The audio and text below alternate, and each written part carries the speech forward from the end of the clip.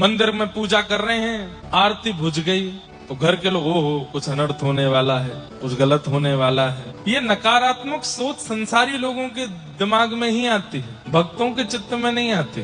भक्त के चित्त में क्या आता है, जैसे हम आरती करते हैं, अगर आरती बुझ जाए, जैसे आरती कभी हवा लग के या कोई एसी चल गया, फैन चल गया, कहीं से कुछ बुझ जाए तो मन में क्या, और मूल बात भी यही है, क्यों बुझती है?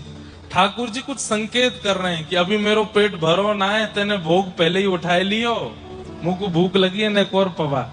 आरती करके फिर ते भोग लगाए थे, एक भाव। दूसरा भाव, ठाकुर जी का श्रृंगार किया है लेकिन वो श्रृंगार ठाकुर जी को चुभ रहा होगा, वो इतना प्रिय नहीं लग रहा है।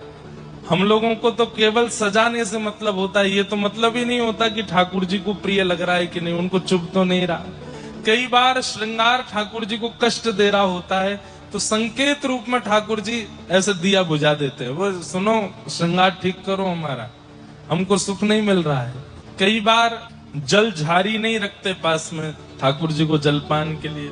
अब कई लोगों के ऐसे ही भाव होते हैं, भगवान को कहाँ भूख लगती, कहाँ प्यास लगती। प्रेम लक्षणा भक्ति करते हैं तो हर व्यवहार ठाकुर जी के साथ में होता है, और प्रेम लक्षण भक्ति नहीं है तो फिर ठाकुर जी परमात्मा है, ना उनको भूख लगती, ना उनको प्यास लगती, ना उनको नींद आती, ना वो सोते, ना वो जागते, ना वो हंसते। लेकिन यदि उस परिस्थिति में आप ठाकुर जी को ले गए तो ठाकुर जी फिर आपको भी भूखा प्यासा रख दें और आप फिर रोने लगे, नाथ मेरे पर दया नहीं कर रहे हो। तब ठाकुर जी कहते हैं आप हमको परमात्मा मानते हो, परमात्मा पे इतना टाइम नहीं है कि आपका पेट भरे, आपको भोजन करावे, आपकी प्यास की चिंता करे।